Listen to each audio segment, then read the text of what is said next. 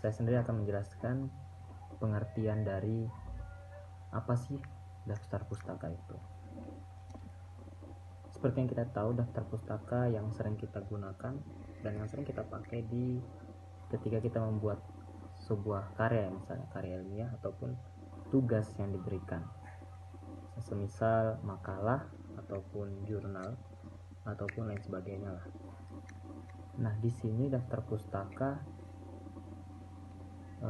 berguna untuk bisa memperkuat apa yang telah kita tulis dan apa yang telah kita kerjakan, sehingga apa yang kita kerjakan itu bisa lebih jelas dan lebih valid, bisa berupa data, bisa berupa review ataupun penelitian dari orang lain.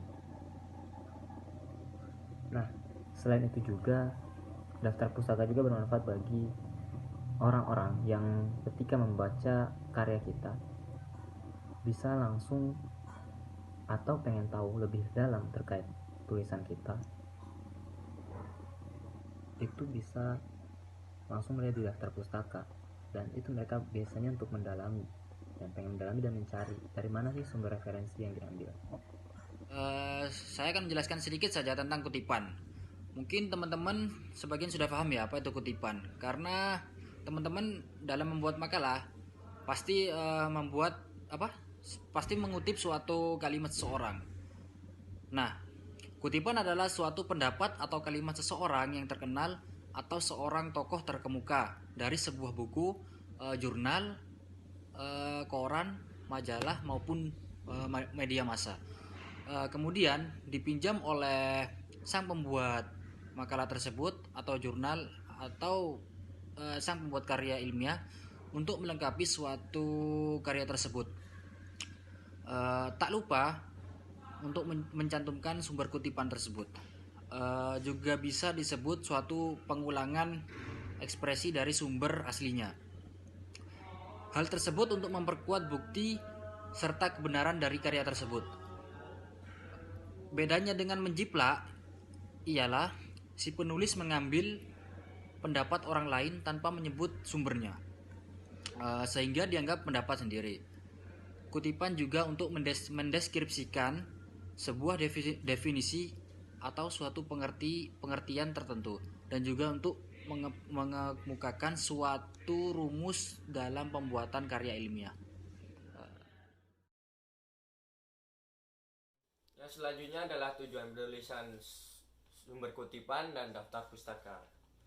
Nomor 1, agar terhindar dari tuduhan plagiat atau plagiarisme. Ini penting karena jika Anda menulis karya tulis ilmiah atau tulisan yang berisikan informasi-informasi, Anda harus menyertakan daftar pustaka atau sumber kutipan. Karena jika Anda tidak menyertakan sumber kutipan atau daftar pustaka, itu bisa jadi Anda mengambil hak karya cipta orang lain. Jadi Anda sama dengan tidak menghormati usaha orang lain. Yang kedua, menghargai penulis sebelumnya. Mengapresiasi penulis sebelumnya karena bisa jadi orang yang sudah menuliskan karya ilmiah atau beberapa informasi tersebut sudah menghabiskan waktu atau usahanya. Maka karena itu kita sebagai pembaca yang baik atau penulis yang baik, kita harus mencantumkan sumber kutipan atau daftar pustaka tersebut. Dengan tidak langsung kita bisa mempromosikan karya tulis yang sudah ditulis oleh orang tersebut. Yang nomor 3 adalah membantu pembaca yang ingin tahu lebih dalam tentang sumber kutipan. Pembaca yang ingin membaca tulisan kita atau karya tulis ilmiah kita pasti ingin tahu lebih dalam tentang informasi yang kita dapat. Makanya kita harus menyertakan sumber kutipan atau daftar pustaka supaya mereka yang membaca informasi kita lebih bisa menggali lebih dalam lagi di sumber kutipan yang kita sertakan pada daftar pustaka tersebut. 4 akan menjelaskan tentang prinsip suatu kutipan dan daftar pustaka.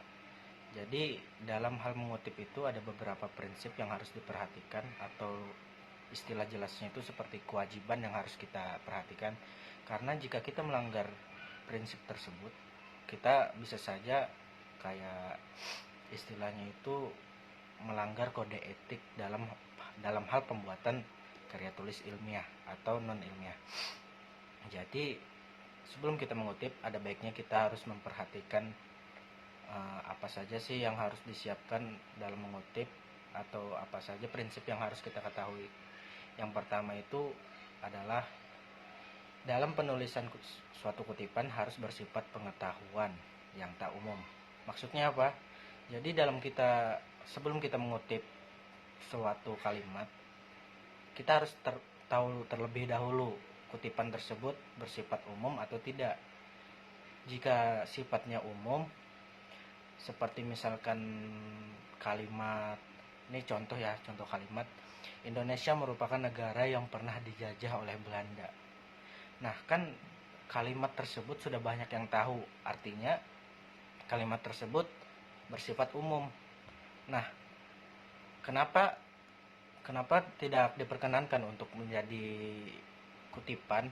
Karena jika sifatnya sudah umum, alangkah baiknya kita tidak perlu menjadikan kalimat tersebut menjadi kutipan, karena semua orang juga sudah tahu kok bahwa Indonesia itu pernah dijajah oleh Belanda. Nah, jadi itu sifatnya umum. Jadi ada lagi contoh kalimat yang spesifik atau khusus, yaitu Bung Karno pernah berkata, dalam tanda kutip, beri aku 1000 orang tua, niscaya akan kucabut gunung Semeru dari akarnya. Berikan aku 10 pemuda, niscaya akan kuguncang dunia. Nah, dari kalimat tersebut kan gak semua orang tuh tahu, atau tidak banyak orang yang tahu bahwa Soekarno pernah berkata seperti itu. Jadi kita bisa menjadikan kalimat tersebut menjadi kalimat kutipan. Oke, jadi prinsip yang kedua adalah mencantumkan nama pengarang, tahun, dan halaman yang dikutip. Tujuannya apa? Tujuannya tidak lain untuk tidak melanggar hak cipta, bukan hak cipta sih, seperti agar istilahnya itu seperti validasi lah. Jadi semua orang tahu bahwa kalimat tersebut diucapkan oleh orang ini tanggalnya sekian dan dan tahunnya sekian lah, pokoknya seperti itu. Jadi kurang lebih alasannya yaitu agar kalimat tersebut valid atau tidak. Jadi kita perlu menambahkan tanggal dan siapa yang mengucapkan kalimat tersebut. Jadi yang ketiga itu adalah prinsip yang ketiga adalah dilarang mengubah kalimat asli pada kutipan tersebut. Nah, ini yang harus diperhatikan lebih mendalam, agar tujuannya apa sih? Agar suatu kalimat tersebut tidak berubah artinya. Jadi jika kita ingin mengambil kutipan oleh kalimat yang diucapkan oleh seseorang, kita harus menyampaikan kalimat itu secara asli, bukan kita yang mengarang-arang sendiri. Misalkan seperti contoh kalimat yang tadi, beri aku 1000 orang tua, niscaya akan kucabut gunung Semeru dari akarnya, dan bla bla bla bla. Itu kan kalimat asli itu. Kita tidak diperkenankan untuk mengubah kalimat tersebut menjadi kalimat kita sendiri. Contohnya seperti beri aku 1000 orang tua, niscaya akan kucabut gunung Toba. Nah, kan dalam pengubahan kalimat tersebut kita semua tahu bahwa kedua kalimat tersebut berbeda dan pastinya memiliki arti yang berbeda pula. Maka dari itu kita diperkenankan untuk tidak mengubah kalimat aslinya. Penake dewe kata orang Jawa. Adalah jenis-jenis kutipan. Kutipan ini dibagi menjadi 6 jenis. Yang pertama adalah kutipan langsung. Nah, kutipan langsung ini maksudnya adalah ketika penulis mengutip dari teks yang dikutip itu dengan cara copy paste atau tidak mengubah kata-kata. Nah, cara penulisan kutipan langsung ini dibagi menjadi dua, yaitu kutipan langsung pendek sama kutipan langsung panjang.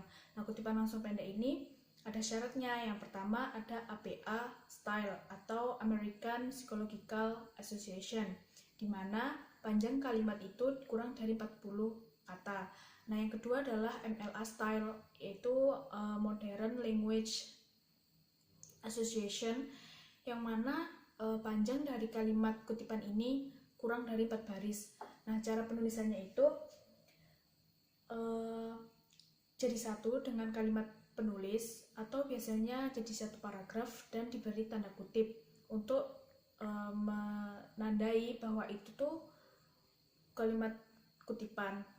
Dan yang selanjutnya adalah kutipan langsung panjang. Nah, kutipan langsung panjang ini panjang dari kalimat itu lebih dari 4 baris. Nah, itu cara penulisannya dipisah dengan kalimat penulis menjadi paragraf tersendiri dengan menjorokkan kalimat awalnya itu. Nah, itu tidak diberi tanda kutip. Yang selanjutnya itu jenis yang selanjutnya adalah kutipan tidak langsung. Kutipan tidak langsung ini jika kutipan langsung itu kopas tanpa diubah, maka di kutipan tidak langsung ini diubah kata-katanya dan tidak diberi tanda kutip. Jenis yang ketiga adalah footnote atau kutipan catatan kaki. Nah, di kutipan ini adalah bentuk kutipan yang paling lengkap karena semua unsur unsur dari sumber itu yang ada di dalam kutipan itu terdapat di footnote. Nah, cara menuliskannya itu di bawah dengan ukuran font yang lebih kecil dari standar penulisan. Biasanya standarnya itu Times New Roman ukuran 12, maka footnote ini ukurannya 10. Nah, untuk jenis yang keempat yaitu kutipan atas ucapan lisan. Nah, kutipan ini harus dilegalisir dulu oleh si pembicara atau sekretaris, yang mana jika pembicara itu seorang pejabat. Nah, untuk penulisan ini jika dimasukkan ke dalam teks itu bisa menjadi kutipan langsung ataupun kutipan tidak langsung. Jenis kutipan yang selanjutnya adalah kutipan dalam kutipan. Nah, kutipan ini terjadi jika teks yang dikutip itu terdapat kutipan lagi di dalamnya. Nah, untuk cara menggunakannya itu ada 2 cara. Yang pertama, jika kutipan yang dikutip itu tidak ada tanda kutip, maka si penulis harus membubuhkan atau menggunakan tanda kutip tunggal maupun ganda. Nah, yang kedua adalah jika kalimat yang dikutip itu terdapat tanda kutip tunggal, maka si penulis harus menggunakan dengan tanda kutip ganda ataupun sebaliknya. Nah, yang terakhir adalah kutipan langsung dalam materi. Kutipan ini diawali dengan materi sampai penghentian terdekat. Seperti contohnya itu titik, koma, ataupun titik koma. Selanjutnya disusul dengan penjelas siapa yang berbicara. Nah, sekian dari saya. Terima kasih. Jadi di sini saya akan menjelaskan tentang dari jenis-jenis daftar pustaka. Nah, jenis-jenis dari daftar pustaka ini terbagi lagi menjadi 4 macam. Yang pertama itu ada dari berdasarkan metode Harvard, di mana di metode ini misalnya nih kalian cari daftar pustaka dari sebuah buku. Nah, di buku itu kan pasti ada nama penulisnya kan.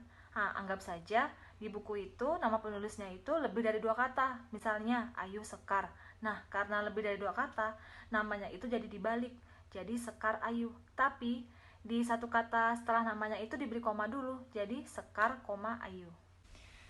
Tetapi jika kalian menemukan buku yang penulisnya itu lebih dari 1, ada 2 penulis, maka nama penulis yang dibalik itu hanya nama penulis pertama. Nama penulis kedua itu tidak perlu dibalik. Nah, tadi kan kita sudah mempelajari bagaimana cara kita menulis nama penulis di daftar pustaka. Nah, lanjut kita mempelajari bagaimana cara kita menulis tahun terbitnya. Nah, jadi kan tadi kita sudah nulis namanya kan, jadi Ayu, Sekar. Nah, kalau kita tulis tahun terbitnya itu, setelah nama Sekar itu diberi titik dulu, baru tahun terbit. Jadi Ayu, Sekar titik tahun terbitnya. Seperti Ayu, Sekar titik 2015, seperti itu. Nah, lanjut kepada cara kita menulis judul bukunya. Nah, tadi kan udah tuh dari namanya Ayu, Sekar titik 2015. Jadi setelah Sekar setelah 2015 itu diberi titik lagi, jadi Ayu, Sekar titik 2015 titik baru judulnya, judul bukunya. Nah, sekarang kita lanjut dalam penulisan kota terbitnya. Tadi kan udah tahu tuh cara nulisnya, Ayu, Sekar titik tahun terbit 2015 titik lagi baru judul bukunya. Nah, itu titik lagi baru kota penerbitnya. Nah, lanjut ke nama penerbitnya. Tadi kan kita udah tahu kan bagaimana cara menulis nama kota penerbitnya. Nah, sekarang nama penerbitnya. Nama penerbitnya itu ditulis setelah kita menuliskan nama kota penerbitnya. Tetapi setelah nama kota penerbitnya itu kita lebih dahulu mencantumkan atau memberikan titik 2 baru nama penerbitnya. Seperti itu. Nah, sekarang kita lanjut ke jenis daftar pustaka lainnya, yaitu daftar pustaka untuk textbooks. Nah, yang daftar pustaka untuk textbook ini terbagi lagi, yaitu pertama dalam penulisan perorangan. Misalnya ini, yang tadi seperti yang sudah saya sampaikan, tulis dulu namanya, tapi kalau namanya 2 kata itu dibalik, jadi Ayu, Sekar titik, lalu kita tulis tahun terbitnya, misalnya tahun 2015, terus kita tulis dari judul buku yang kita cari ini, kemudian baru setelah judul buku itu kita titik, terus baru kita tulis kota penerbitnya, kemudian diberi titik 2, lalu tulis nama penerbitnya. Jangan lupa di dalam penulisan daftar pustaka yang berdasarkan dari textbook ini, pada saat kita menuliskan judul bukunya itu dicetak miring ataupun digaris bawahi dulu.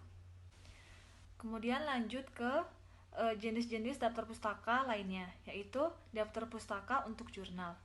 Sebenarnya penulisan dalam daftar pustaka yang jurnal ini sama aja, cuman ada beberapa tambahan seperti kalau untuk nulis nama penulisannya itu sama aja, kalau lebih dari 2 kata itu dibalik.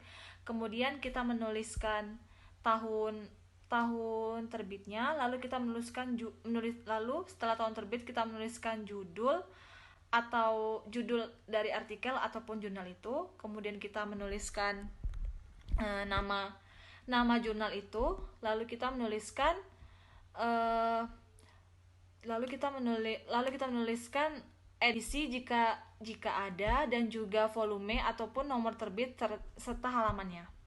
Nah, jangan lupa juga dalam menuliskan nama jurnalnya itu dicetak miring ataupun digaris bawahi. Lanjut ke daftar pustaka untuk makalah atau informasi di internet. Nah, di sini tata cara di internet. Nah, di sini tata cara penulisannya itu sama aja. Kita menuliskan nama penulis, tahun terbit, kemudian judul karya tulis. Jangan lupa dalam menentukan judul karya tulisnya itu dicetak miring jika dari jurnal, dan juga diberi keterangan kurung atau online, serta menambahkan tanda petik 2 jika bukan dari jurnal. Kemudian kita juga menambahkan volume dan nomor jika itu dari jurnal online, serta menuliskan alamat website URL dan tanggal, bulan, dan tahun akses. Contohnya itu seperti Aryadi 2000 titik, judulnya robotik, terus nama jurnalnya jurnal mesin atau terserah, kemudian volume, setelah volume 2, nomornya, lalu kita masukin alamat websitenya seperti http, lalu masukkan kapan kita mengaksesnya, lengkap dengan tanggal, bulan, tahunnya. Oke, sekian dari saya. Terima kasih. Assalamualaikum warahmatullahi wabarakatuh.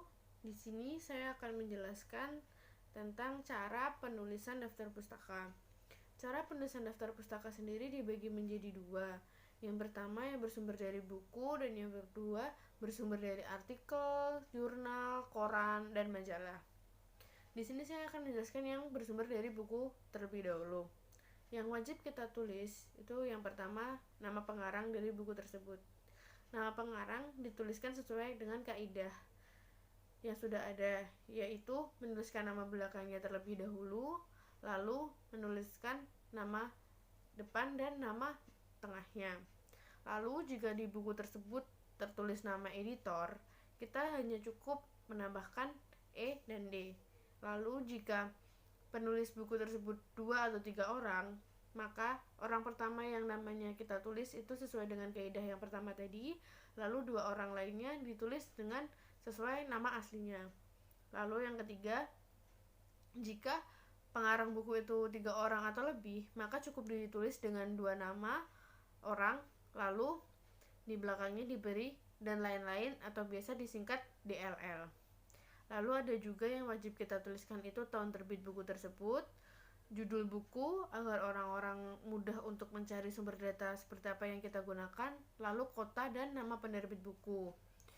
Lalu yang kedua saya akan menjelaskan tentang cara penulisan daftar pustaka yang bersumber dari artikel, koran, jurnal, dan majalah. Sebenarnya dari penulisan daftar pustaka yang bersumber dari artikel, jurnal, majalah, koran ini tidak jauh berbeda. Kita wajib menuliskan beberapa, yaitu yang pertama nama penulis dari artikel, jurnal, ataupun koran dan majalah yang kita gunakan sebagai sumber penulisan kita. Lalu kita menuliskan bulan dan tahun terbit dari artikel, jurnal, majalah, atau koran yang kita gunakan juga tercantum.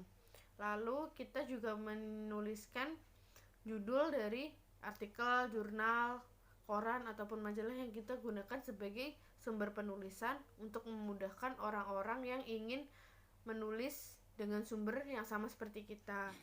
Baik, bismillahirrahmanirrahim. Rabbi shrah li sadri wa yassir li amri wahlul 'uqdatam min lisani yafqahu qawli. Oke teman-teman, pada kesempatan kali ini saya akan menjelaskan bagaimana tata cara mengkutip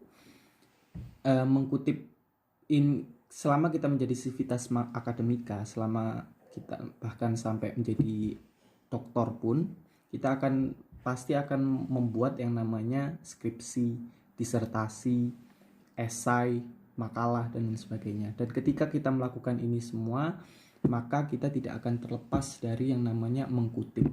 Nah, cara mengkutip ini banyak sekali, banyak macamnya, tergantung penulis ini mengkutip dari sumber mana.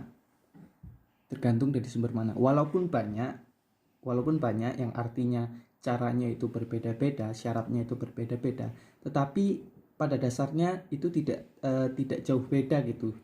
Hanya ada perubahan-perubahan sedikit di tiap-tiap macamnya itu, di tiap-tiap jenisnya. Kita langsung saja mulai dari mengkutip secara langsung. Seperti namanya, mengkutip secara langsung. Kita ini ketika ingin mengkutip secara langsung, maka kita akan mengcopy paste lah, istilahnya mengcopy paste secara utuh, tanpa ada yang dikurangi, tanpa ada yang diparafrase. Jadi misalkan si tokohnya ini bilang A, ya udah kita tulisnya A, bukan B gitu. Kalau misalkan dijelaskan secara verbal, itu contohnya seperti ini. Misalkan Maulana Ihsan Masuri dalam bukunya yang diterbitkan di tahun 2020 di halaman sekian mengatakan bahwasanya tugas online dapat menyebabkan imun tubuh turun karena disebabkan oleh stres, sehingga para mahasiswa rentan terkena virus corona, misalkan seperti itu. Tapi itu kan secara verbal. Kalau secara tulisan itu nanti saya tambahkan di sini. Oke. Terus cara yang kedua yaitu mengkutip secara tidak langsung. Seperti namanya, mengutip tidak langsung, ini artinya kita ini tidak mengambil secara utuh, tetapi juga bukan berarti kita membedakannya. Misalkan si tokohnya itu bilang A, tapi kita tiba-tiba ngomongnya Z, itu terlalu jauh. Maksudnya itu kita memparafrase. Misalkan kita pakai contoh yang tadi ya, misalkan Maulana Ihsan Masyuri menjelaskan, Maulana Ihsan Masyuri di dalam bukunya yang diterbitkan tahun 2020 dan bla bla bla bla menyebutkan bahwasanya alih-alih menghindari virus corona agar kita tetap sehat, stay home, stay at home, tetapi ternyata ada tugas online yang sangat banyak sehingga dapat menyebabkan imun tubuh turun. Nah, artinya apa? Artinya apa yang dikatakan sama Maulana sama apa yang dituliskan itu intinya harus sama, tetapi harus diparafrase karena itu adalah syarat mengutip secara tidak langsung. Yang ketiga adalah mengutip hasil buku terjemahan. Nah, mengutip buku terjemahan ini formulanya rumusnya itu mirip, hanya saja ditambahkan keterangan bahwasanya ini diambil dari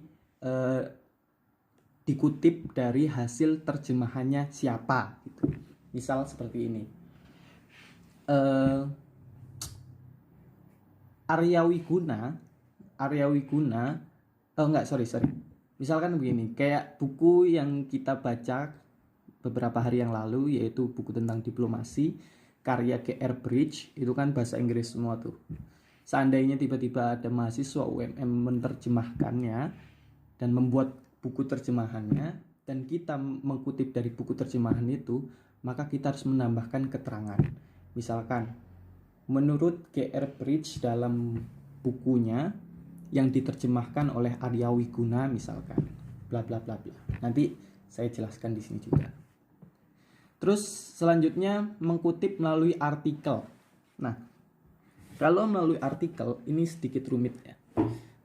Tapi nggak rumit-rumit banget lah kalau misalkan apal formulanya.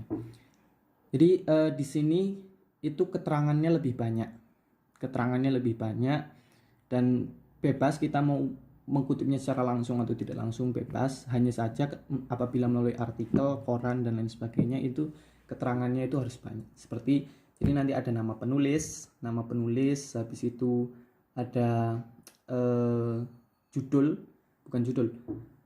sumber artikel, nama artikelnya apa, habis itu tanggal dipublikasikannya itu tanggal berapa, dan ini harus detail, misalkan tanggal 22 Juni tahun 2019, jangan cuma 22 aja, atau misalkan 22 Juni aja, itu nggak boleh. Habis itu ditambahkan juga dengan halaman, misalkan begini, menurut Robert dalam New York Times yang dipublikasikan tanggal 22 Januari tahun 2019, halaman sekian mengatakan bahwa bla bla bla bla. Nanti saya tuliskan detailnya di situ. Terus selanjutnya adalah mengutip skripsi.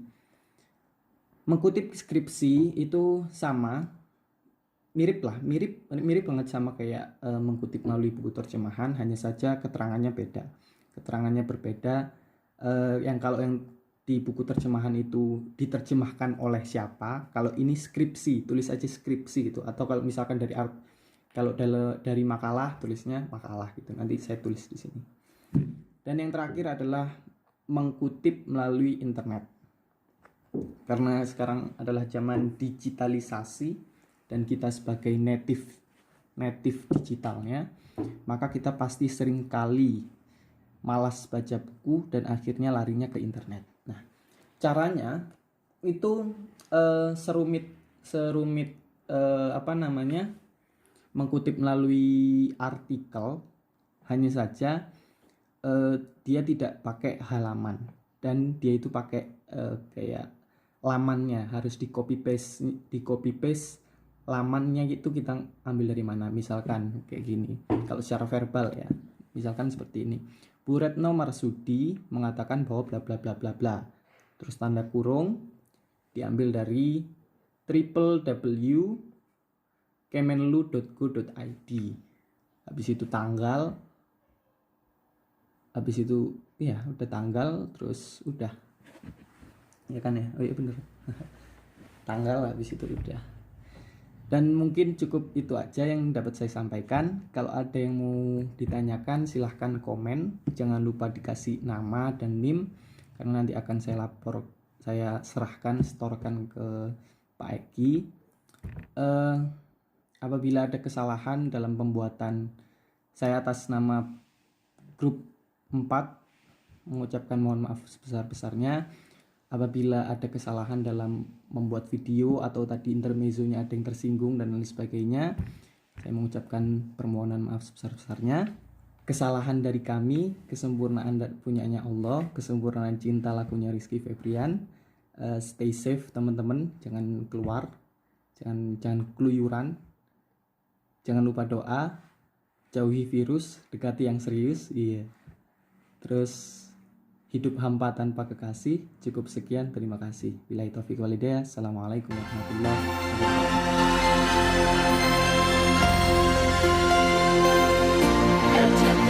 wabarakatuh.